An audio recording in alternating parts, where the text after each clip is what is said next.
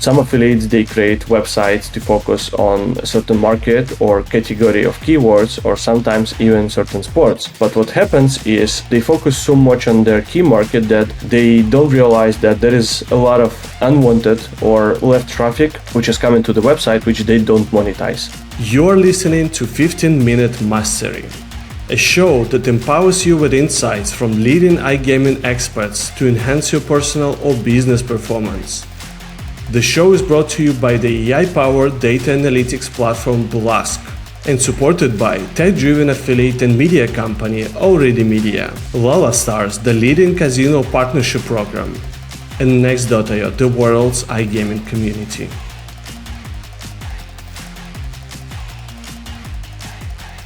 Welcome back to 15-Minute Mastery. This week, Dmitry's jumping back into the hot seat for another frequently requested topic.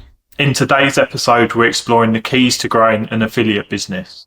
So, Dmitry, you've mentioned a lot in the content you post that growth potential is the first thing you look at when valuing an affiliate business. Can you walk us through the process you have for identifying untapped opportunities with existing affiliate businesses? I think the very first thing you need to take a look at is the source of the traffic, the nature of the traffic, right? So the affiliate could be working on two sides of the affiliate spectrum, either performance affiliation or search engine optimization affiliation. So if you think about the performance side of things, the potential to grow outside of the existing markets is probably the biggest one you could possibly bring in immediately in the business. So let's say someone is doing PPC in the UK. If it's done properly, the business is probably scalable, and then it might reach some certain cap in the UK market. But then why not going into other English-speaking markets, for example, going to Nigeria, going to, for example, United States, right? There are so many different markets you could immediately go into and to try to use your existing funnels, your acquisition techniques, and to be able to utilize your knowledge. So I think territories is probably the first one. The same with SEO. If you have a list of markets where you get traction, going into the same list of same language-driven markets. Let's say you go to like Portuguese language. Why don't you go to Brazil? Why don't you go to Angola? Why don't you go to Portugal itself, right?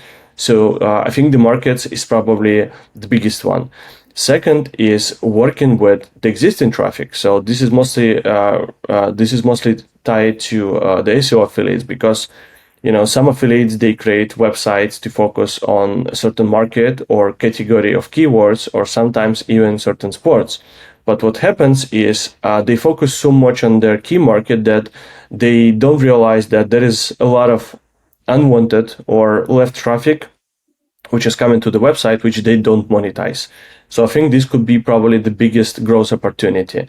The third one is always looking at the costs, right? So if the cost of the business are very high, you might start asking questions. Okay, how do we cut this cost down to be able to improve the net revenue of the business? So I think if you look at the potential, for me, these probably three the easiest and fastest opportunities you can immediately look into by looking at someone's business, like whether it's on a paper or talking with the founders.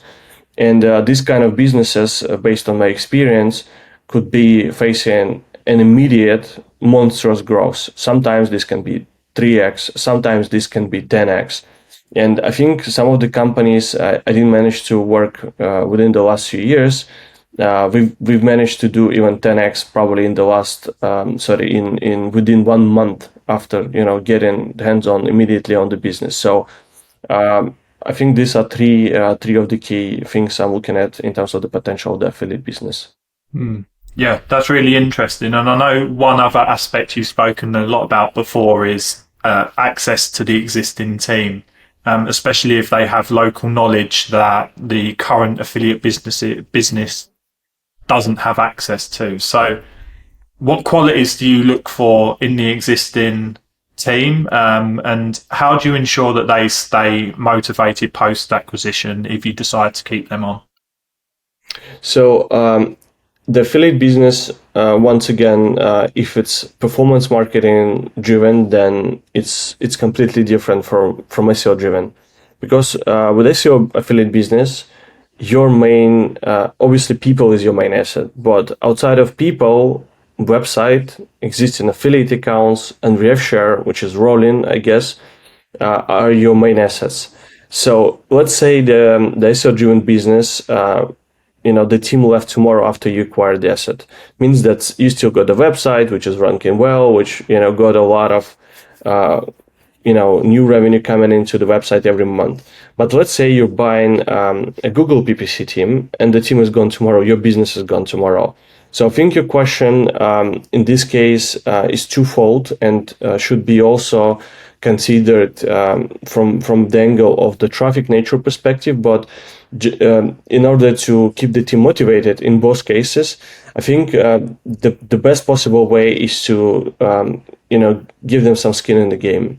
So giving them equity and performance-driven incentives, which will essentially allow them to make with a smaller share the same or even bigger amount of money they were making before the business acquisition or merger or any possible interaction with the outside company. So the ideal scenario is probably keeping the team 25% of the equity, could be even lower, but like as I mentioned in some of the examples, when the business is experience 5 to 10x growth in the next 3 to 5 to 6 months, then essentially founders are ending up with a much bigger amount of net revenue, especially if the proper optimization has been applied to the business. And the next one is, obviously, we talked about the growth opportunities. Some people are driven and motivated by, things like opening new markets, opening new product verticals, tapping into more sports, more traffic channels, things like this. So some people are driven by the challenge. Some people are driven by cash motivation, equity motivation, obviously. But I think striking the right balance of both is the right way to, build a long-term and sustainable affiliate business. And also, I know through a lot of the work you did with Already Media and you continue to do, they're described as an infrastructure-driven affiliate business. So what are some of the key improvements you can typically implement to enhance operational efficiency within an affiliate business? That's a good one. And I think most of the affiliates, I think I could probably even say 90% of affiliates, they don't fully utilize the power of their existing traffic. This is probably one of the biggest issues most of the affiliates got. If everyone would have got either third-party TDS, and StatsDrone probably is one of the greatest examples of you getting access to thousands of affiliate platforms overnight to be able to utilize your existing traffic properly, to be able to route your traffic properly. I think this is probably the biggest revenue opportunity and the business optimization opportunity of all. I would have put this as number one. Number two, if you think about the infrastructure of the website itself, or if you're a PPC affiliate, then probably this is your cloud infrastructure.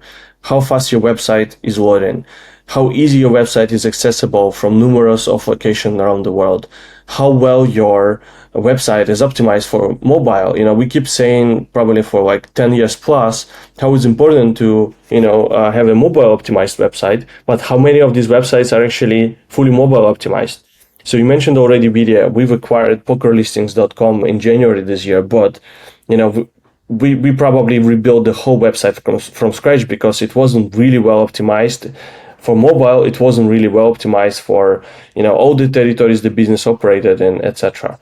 And I think for many affiliates, infrastructure-driven mindset, whether it's your in-house infrastructure or borrowed infrastructure, you could have acquired using SaaS model or on-premise model, is the right way to go. And I don't think it's so expensive these days to buy a subscription. So I mentioned StatsDrone. I think these guys are quite inexpensive compared to the uplift your business can generate.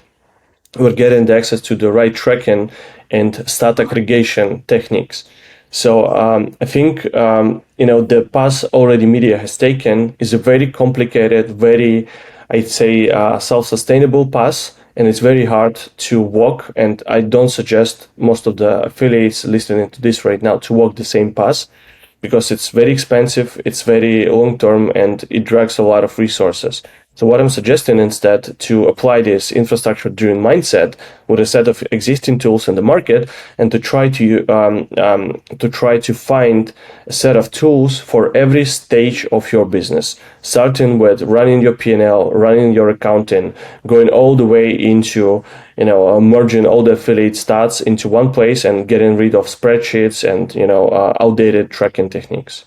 So another thing you speak a lot about within your content is diversifying traffic sources. You don't want that single point of failure within an affiliate business. So can you share some successful strategies you've used to create synergy between these traffic sources, maybe introduce new ones? How does that work for you?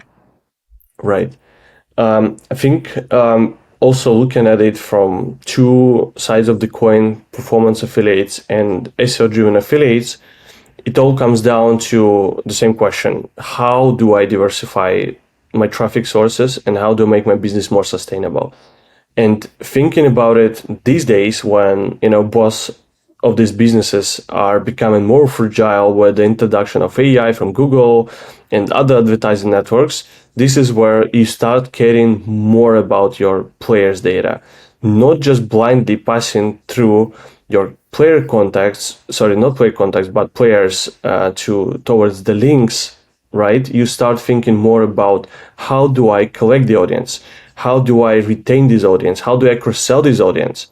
So I think probably the first one would have been, getting access to players' data and creating something which is usually called, inbound marketing mix. So obviously, if you're an SEO affiliate, you can put it on your website. If you're PPC affiliate, then you can, work around pixels. You can work around retargeting techniques, still embedding some of the free-to-play apps within your websites and things like this. But the most obvious one for SEO affiliates is the social media side of things. No one really taking care of that, right? And this is where I think one of the biggest growth opportunities are, but at the same time, one of the toughest to implement opportunities are, because the amount of expertise, of the social media within the iGaming is insanely limited. And not because it's something very hard, but because for years, iGaming has been closing its eyes on the channel and just being smashed by the regulation in certain countries, not being able to fully utilize the creativity side of the social media assets they were having. So I think social media is probably the easiest one to tap into after the data collection. And the latest, probably, but not the least one, is mobile apps. So if you think about your current website or your current business, and if you don't have an app, this is probably one of the greatest opportunities you could have gotten, because most of the people, they even use App Store as the search engine. So if your business has a great content, if your business has a great, odds section, tips section, you should probably venture then this into the app, because this is how you get a content accessible across multiple platforms. So I think this could be the easiest upgrade overnight. So then you can start utilizing Apple search optimization, Google optimization, start buying some ads and building some more interactive and more retention-driven funnels with your product and your existing traffic. Mm-hmm. So once you've diversified your traffic, you're driving more traffic, what are some techniques that you've used to instantly improve monetization of that traffic within an affiliate business? What's the low-hanging fruit that someone can go into a new affiliate business and implement immediately to start generating more revenue? Yeah, so I think I mentioned two of these already. The first one is probably more territories. So if your business is well represented and ranking, let's say, in Indian subcontinent, going into all these 3-5 countries represented in the region is a great idea. The same with languages. If you target certain languages, then you go and target the same territories with the same language. So that's the easiest. Second is monetizing your traffic better. So getting access to more affiliate programs, getting access to more, tracking links, which you're getting from other operators to start generating immediate revenue. And the third one, this is probably the most obvious one, but using AI to get your operational expenses down. So if you create a lot of pages on your website, how you can do this better with help of AI, how you can automate it, how you can I don't know, for example, the bonus collection bit, right? A lot of affiliates are collecting bonuses manually. How you can do this with the help of AI, how you can structure your website better with the help of AI. So I think first one, getting into more territories. Second, monetizing your traffic better. And the third one, optimizing your business costs using AI and access some of the most innovative tools in the markets right now. This is how I think you can probably 3x any business in the world right now. That is a quote that's going to be used in a short for sure. But Dima, this is superb as always. I've really loved this, and there's lots of great insights in here. And as always, these are topics that Dmitry dives into within the 15-minute mastery newsletter in a lot of detail. So you can find the link in the description for that. But we'll call that a day. And thanks again for your time, Dmitry. It's been brilliant. Thanks a lot, John. Cheers.